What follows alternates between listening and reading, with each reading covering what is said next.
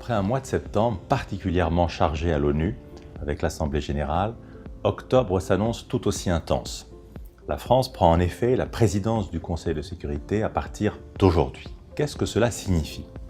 Concrètement, notre pays est chargé, pour un mois, de coordonner les travaux du Conseil de sécurité, de préparer les réunions et de les présider, et de rendre publiques les décisions et les déclarations du Conseil. La France a la responsabilité de l'agenda du Conseil pour ce mois. Nous avons prévu un programme ambitieux à la hauteur de ce que nous attendons de l'ONU en matière de maintien de la paix et de la sécurité internationale. L'un des outils majeurs à disposition du Conseil de sécurité, c'est l'envoi et la présence de casques bleus dans les zones de conflit.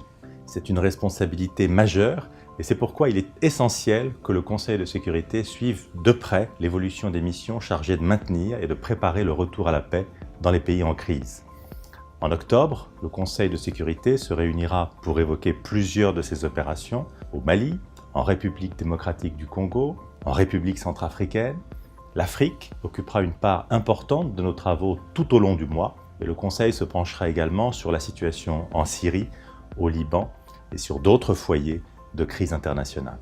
Nous avons également prévu d'organiser 2 événements exceptionnels à la fin du mois pour renforcer encore l'action de l'ONU sur le rôle des femmes pour la paix et la sécurité, mais aussi sur la protection des enfants dans les conflits armés.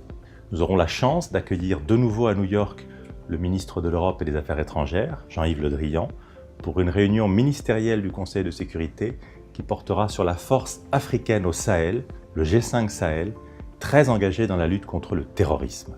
Toutes nos équipes à New York et à Paris sont mobilisées pour faire de la présidence française du Conseil de sécurité un moment fort et un succès pour que le Conseil de sécurité soit à la hauteur des responsabilités qui sont les siennes en matière de paix et de sécurité internationale.